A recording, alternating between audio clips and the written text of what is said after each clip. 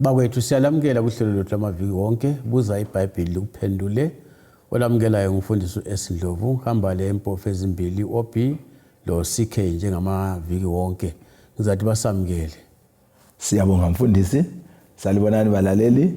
Siyalamukela kuhlelo lwethu buza iBhayibheli likuphendule okhuluma ngumfundisi Mpofu CK.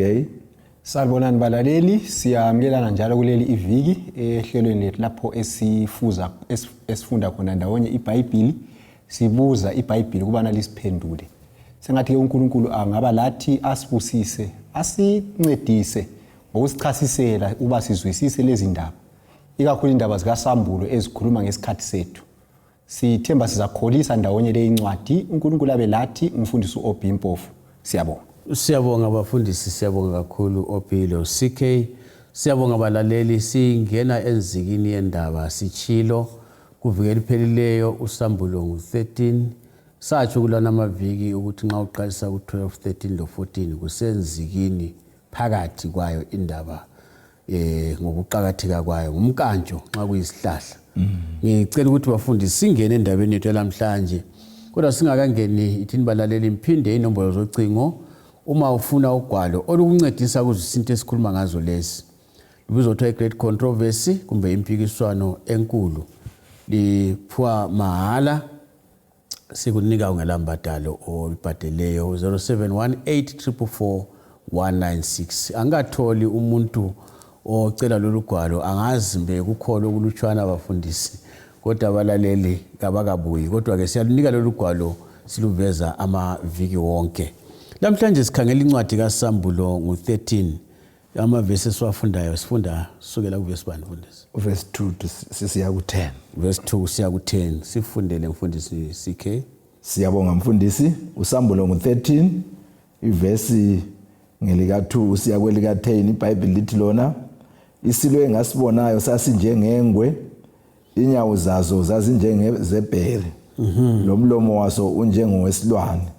Umgobho wasinika amandla awo lesihlalo sawo sobukhosi lokubusa okukhulu. Elinye lamakhanda aso kwakungani lilenxeba elibangela ukufa, kodwa inxeba laso laphola, umhlaba wonke wasilandela isilo umangele.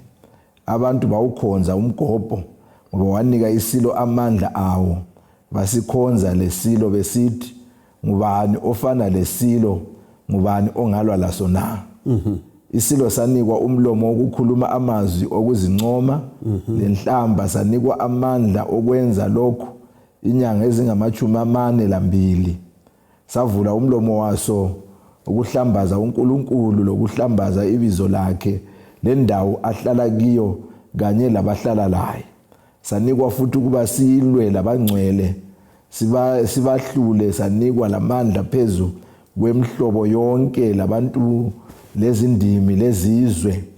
Bonke abakhile emhlabeni baza kusikhonza, ngaphandle kwalabo amabizo abo alotshwa encwadini yokuphila yeWundlu elahlatshwayo selokho kwasukela ekudatshulweni komhlaba. Olendlebe kezwe, uba ekhona okumele athunjwe uza kuthunjwa, lobulalayo ngomkhonto uza kubulawa ngomkhonto. Nanti ithuba lokubekezela lokusebenzisa ukukholwa kwabangcwele. Mhlawumbe singakayichasisi bafundisi, kuhle ukuthi ngendlalele kakuhle kubalaleli indaba yokuthi amavesi leswabala seke sabala ngithi kunjalo. Kodwa siwaphindela ukuchasisa abalaleli ukuthi nxa sikhuluma isystem sentingi welithi system ngesystem yobupapa, ngenhlanganiso yobupapa, sitsho ngani ukuthi yiso lesisilo esikuSambulo 13. Ngoba sengazibuza ukuthi kathi bakuthatha ngaphi. Kunjalo. Sizama ukuthi ke sijule, sichasise, sehlukanise imbambo lomgogodla, sihlube indlube ekhasini ukuchasisa ukuthi kungani iminwe yethu ikhomba khona lapho. Sizaqala kuye mfundisi OB usichasisele ukuthi sitsho ngani ukuthi inhlanganiso yobupapa yiyo civil ekhonjwa isilo sakuqala. Siyabonga.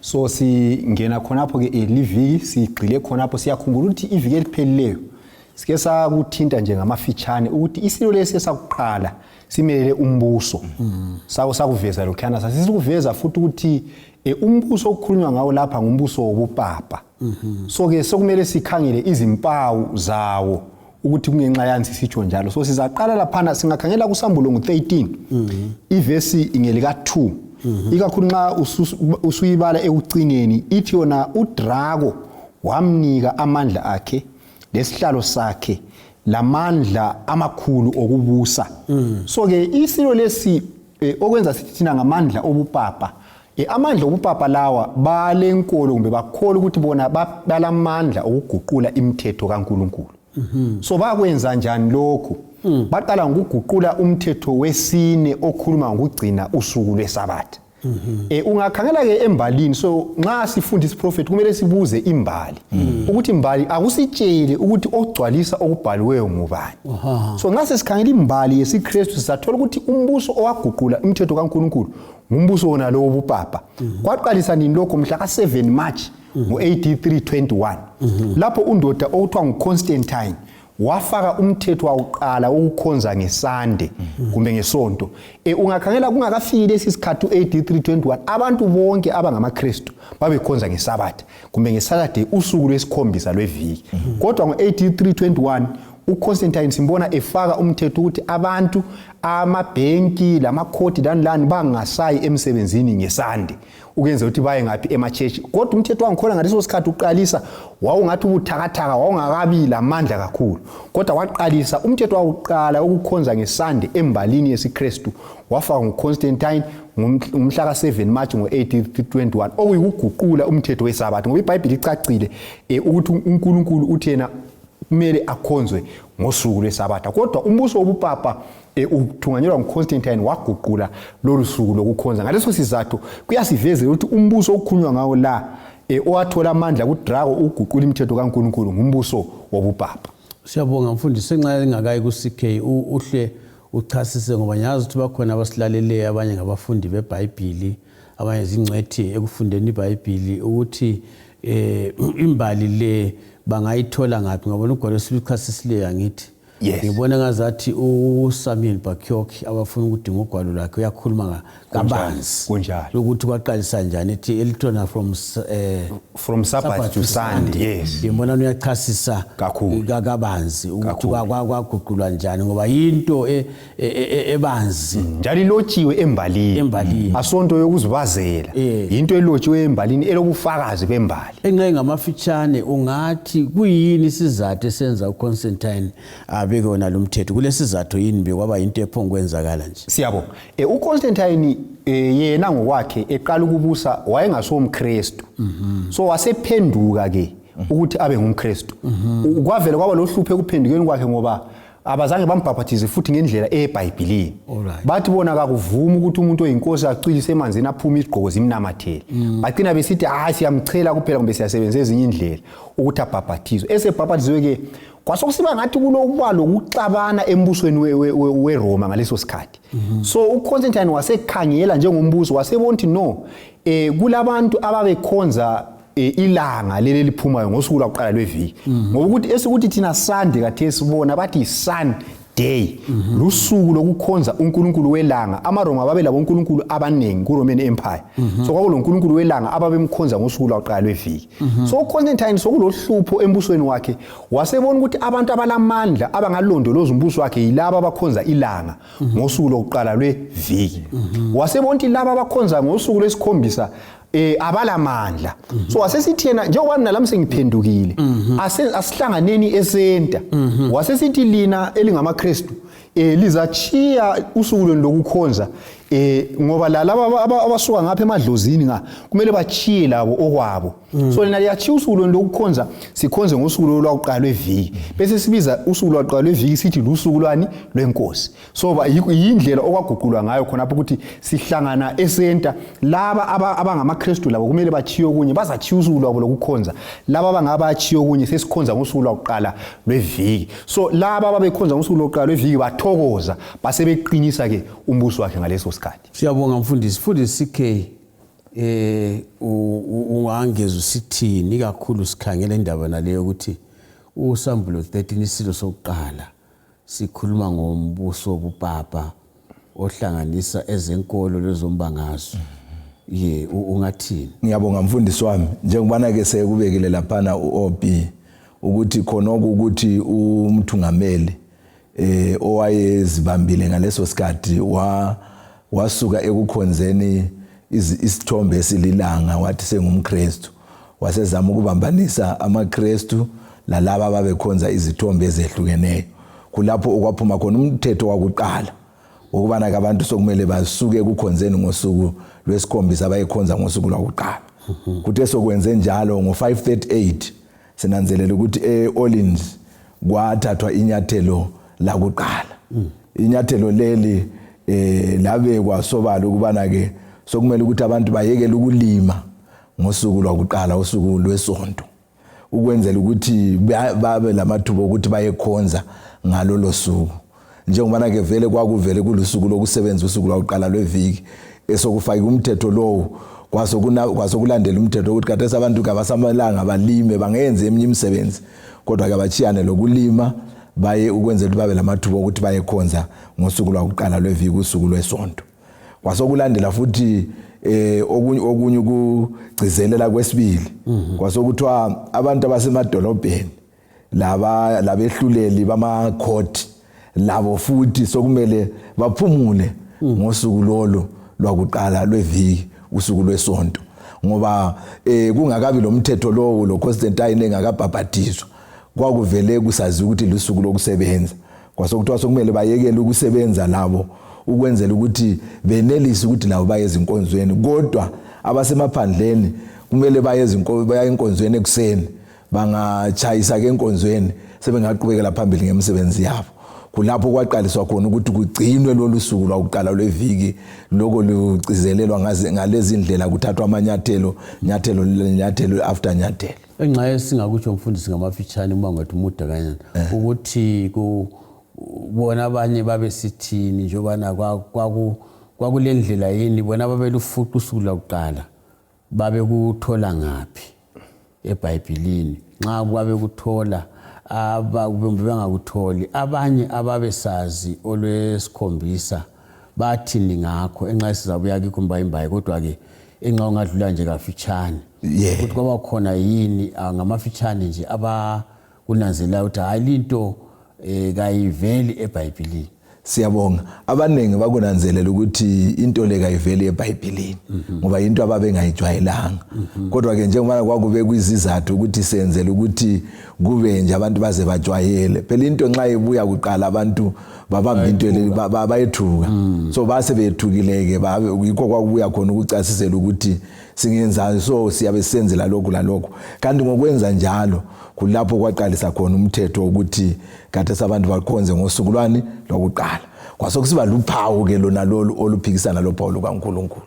Siyabonga mfundisi Obi uqhube ukuchasisa indaba lesikhuluma ngayo wenzela ukuthi abantu bangathi bona silwa lo muntu. Ngesa kusho kuvekile yanephe ukuthi hayi akula umuntu lapho ogolonjwayo, sikhuluma ngehlanganiso othwayo.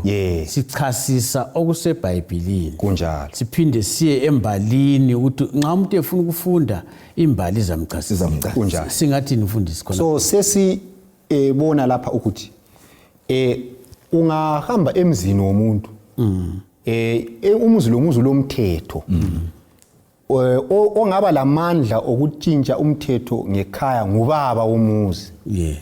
So ubaba womuzi uyenelisa ukuthatha hayi mina abantu abamlapha ngekhaya kumele bangene ngo6 intambama.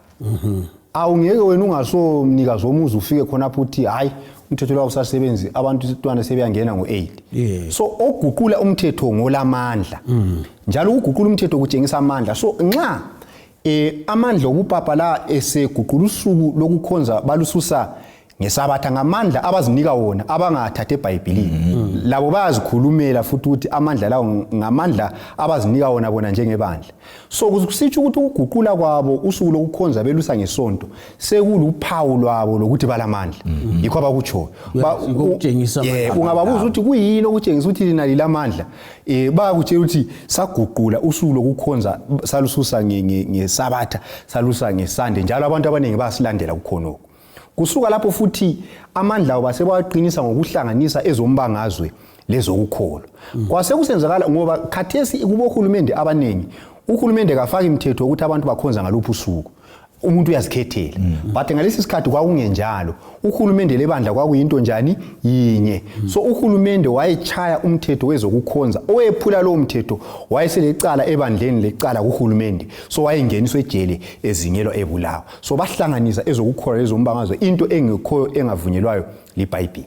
Ngiyabonga mfundisi. Engakuyadinga ukuthi sithishe kancinyane mbona ngani uma ngwethu ngani umkhudlwanyana isikhathi siyahamba. Siyabonga. Kodwa engxanye kuhle ukhona usikhe ukudlula kancane ukuthi engxanye kancane nje abalaleli kubancedisa ukuthi isabatha ngelikabani ngamafitshane nje ungayikhatshana. Ngiyabonga mfundisi wami. Ngitshengisa ukuthi amandla ukuthi umuntu aguqule esikhulu lesikhombisa sekwelokuqala lweviki. Isabatha ungafunda eBhayibhelini kakhulu kusukisela kuGenesis. Uzananzela ukuthi isabatha ngelikaNkulunkulu ngoba nguye owadala. Uthe seqedile ukudala walubusisa walungcwelisa walubeka eceleni walufaka uphawu. So isabatha lona liveza ukuthi luphawu lwamandla kaNkulunkulu. Liveza amandla kaNkulunkulu kunjalo. Ikade ngulanda khona khona uthi nxa ngadlula phezulu ukuthi sikhangela okunye okulandelayo okuveza ukuthi lesi silo lesi sokuqala simele ubaba. Siyabonga mfundisi wami. Sizananzelela futhi ukuthi nxa siqhubekela phambili mfundisi wami lapha singaye emthethweni eli10 njengoba ke sikhuluma ukuthi kwaguqulwa inkolo le yesikhuluma ngayo. Uzananzelela ukuthi umthetho wesibili kuExodus chapter 20 laphana usivezela ukuthi ungazenzeli isithombe esibaziweyo lo mfanekiso walokho okusezulwini lalokho okusemhlabeni. So bathe nxa beguqula lolu suku lokukhonza kusukisela osukwini lwesikhombisa bese osukwini lwakuqala lweviki baguqula futhi lo mthetho wesibili bawukhipha wonke wangasalandelwa. Wesibili othini ke othi wona ke ungazenzeli isithombe esibaziweyo.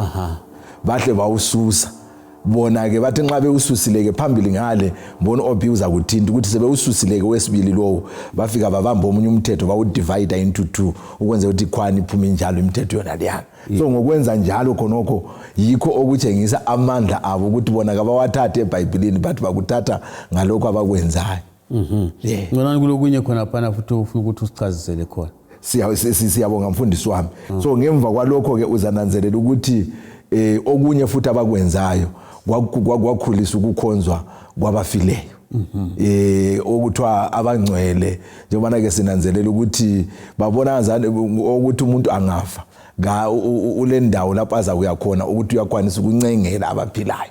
So ke bakusungula futhi ngaleyo ndlela yikho libona ukuthi kathesi silabo okuthiwa ngoSt Peter oSt bani bonke bona labana baqhakathekiswa kungani ngabantu abangasincengela bona labo. Siyabonga mfundisi Obi semfuna lithi khakha. Siyabonga. So sebekhuphe umthetho wesibili bahamba ke kwesi10 bawuqhuma waba imithetho emibili. Umthetho wesi10 uthi ungancwaneli umfazi kamakhelwane wakho, ungancwaneli indlu kamakhelwane wakho, ungancwaneli umfazi kamakhelwane wakho. Kuwe lula uncanela kanje ukuhawukela. Abanye isizulu siyabaphika. Kunjalo ungahawukeli indlu kamakhelwane wakho, ungahawukeli umfazi kamakhelwane wakho. Bona basebesithi umthetho lo bawuqhuma. Unumber 9 wabo wathi ungahawukeli umfazi kamakhelwane wakho. Unumber 10 wabo wathi ungahawukeli indlu kamakhelwane wakho. So labo imithetho yabo imbili ungafunde egwalweni labo ukukhathekizimi yabo bayatshengisa imithetho eli10 njengokulojwa kwaeBhayibhelini baphinde bakutshengise imithetho eli10 njengokuyiguqula kwabo. So ngoba bazitshela ukuthi balalawo mandla so yikho ukukhulunywa lapha eBhayibhelini. Indaba enzima lesibhekane layo lapha okunye kuyini esiku khona phana lapha esifunde khona CK khona phana okunye esikunanzelelayo ukuthi baguqula imithetho kaNkulunkulu. Uzananzela ukuthi embaleni kusukisela ngo538 kusiya ku1798 ngesikhathi okubizwa kuthiwa embaleni isikhathi sobumnyama iDark Ages. Kwabulawa abantu ababephikisana laloko kwakulethwa indlela leyo yokukholwa. Abantu bebonta ayisikho lokho. Abantu babebulawa ngendlela ezijiyeneyo bechiswa abanye befakwe ezinkundleni bedliwa zinyamazana bephila. So isikhathi sonisana yikho imbali sithi kwakuyisikhathi sobumnyama ngoba abantu babengavunyelwa ukufunda iBhayibheli kuthiwa iBhayibheli lifundwa ngabafundisi kuphela. kulobufakazi yini ukuthi babehlukuluzwa ilamandla esikhuluma ngawo? Ubufakazi bukhona kakhulu mfundisi wami ngoba imbali iyakuveza konokho. Ungananzelela ngo538 kulapho umthungameli okuthiwa ngupapa awaphiwa khona amandla. Uthe sephiwa amandla ke even le ndawo zakhe ayebusa kuzo sisuke embusweni wepagan Rome. Kulapho abakhona lamandla kwabulawa abantu abaningi. Kodwa ke kuthe kusiyafika ku 1798 sakufunda ngezifundweni ezidlulileyo ukuthi uGeneral wanu Bethia wafika wabamba upapa wayekhona wamvalela entolongweni wasasiyafela khona kwaba yiko ukuthi ucosololo ukubulawa kwabangcwele lenxeba lelana laseli siba khona ke. Aha. Siyabonga abafundisi ngenxa yesikhathi sethu zama ukuthi sithi ngamafitshane. Ngoba esikulwisayo lapha ukuthi abalaleli nxa umuntu efuna ukuzidingela azibaleke. Kunjalo mfundisi. Angathi umfundisi uNdlovu labo mpofu ababili labo bekhuluma into yawo. Ngabali iBhayibheli abali imbali kuzamfakazela. Mfundisi OP. Siyabonga. Olunye njalo uphawu oluveza ukuthi lesi silwa ngamandla obupapa. Ngosambulo 13 verse 3 sike sakuthinta iviki eliphelileyo ukuthi uphawu lolu lwaba isilo lesaba lesilonda. Isilonda lesaphinda saphola. Sikuvezela ukuthi isilonda saba khona ngo1798 lapho okwabotshwa khona upapa amandla abo aphela athi cosololo kwesikhatshana. Kodwa ngo1929 ke okwasayinwa okuthiwa iLateran Treaty phakathi kukaMsolini lamandla obupapa kwaqalisa ukuvuselela futhi amandla obupapa basebephiwa idolobha labo okuthiwa liyilizwe elizimele lodwa ukuthiwa iVatican ukuthi bazibuse khona ngaleso yikho ukuqala kokuphola kwesilonda khonoko. Bona sike sakuthinta kuvele phelele laba sizama ukuncedisa lokuncedisana ukuthi nxa umuntu esithi kathi lichongani mfundisi CK siyabonga kuyini okunye sibona ngakho ukuthi lesi silo sokuqala sibili simele ubupapa. Kusambulo ngo13 verse ngelika 6 khona phana sikubali ukubana ke iBhayibheli lithi savula umlomo waso ukukhuluma ukuhlambaza uNkulunkulu lokuhlambaza ibizo lakhe lendawo ahlala kiyo kanye labahlala laye. So ke uzananzelela ukuthi sokwenzakele khona lokho inkolo leyo yobupapa nxa benika ibizo lalo othungamelayo kule title abayisebenzisayo ethi yona ke Vicarious Filii Dei. Ungakhangela libala lesima ngamabala esiLatin lawa athi ukubana ke lo othatha indawo yendodana kaNkulunkulu. So ke bona ngezinye indlela nxa bekhangele upapa bambona elingana lo Jesu. So ke khonokho ukuthi umuntu alingane lo mdali khonoko iBhayibheli liyakuthatha ukuthi akula sidalo esingalingana lo mdali waso. So ukuthi uyalingana bebathu uyathatha indawo yakhe. Okay. Iyo inhlamba yena le ekhulunywa ngayo esikhulunywa ngayo nale ngoba uzilinganisa lenkosi uJesu. Mfundisi OP. Okunye njalo bathi bona upapa nguye oyinhloko yebandla. Kodwa eBhayibhelini siyatshelwa kuEphesians 5 iverse 23 isivezela ukuthi uKristu nguye oyinhloko yebandla. So ibandla lilenhloko eyodwa kuphela uKristu. Ungabona umuntu esesithi uyinhloko yebandla emhlabeni usesithatha indawo kaNkulunkulu okuyikho ukuthiwa iblasphemy ngesilungu. So iBhayibheli ithi uKristu nguye yedwa oyinhloko yebandla kodwa bona bakhuluma inhlamba le okukhulunywa ngayo la ngoba bathi upapa nguye oyinhloko yebandla. Baye mfundisi abakuzwayo kokuqala lokho indaba enzima ngithi indaba enzima okuhle ngento lezi ukuthi zibhaliwe ezingwaleni zabo ukuthi abekwazi uyafunda khonapho azifundele akasiyo into ephuma ekhanda lomuntu kukhona yini okunye esikunanzelelayo okuveza mfundisi CK ukuthi lumbuso silo ubaba yiso isilo sakuqala esaphiwa amandla nguDraco andi ngiqondile uqondile siyabonga mfundisi ungananzelela khonapho kule abapriester bona bazibeka njengabancengeli bomuntu loNkulunkulu kusitsho ukuthi bamaphakathi komuntu loNkulunkulu kusitsho ukuthi umuntu angaphambanisa aye kumpriester ayevuma izono umpriester uyamkhulumela kuNkulunkulu bese sicitsha izono lezana kuyabe sokulungile lokhu sikuthatha kuTimothy wakuqala isahluko sesibili ivesi ngelika 5 lelika 6 ngafunda ngokugijima lapha ithi yona ke ngoba munye uNkulunkulu munye umlamuli phakathi kukaNkulunkulu labantu umuntu uKristu Jesu owazinikela yena abe inhlawulo yabo bonke lokhu kwafakazelwa ngesikhathi esifaneleyo. So lapha iBhayibheli liyasivezela ukuthi munye kuphela ongamela ongaba ngumlamuleli phakathi komuntu noNkulunkulu, kakula muntu ongakwenza khona lokho ngaphandle kukaJesu ngoba wazinikela.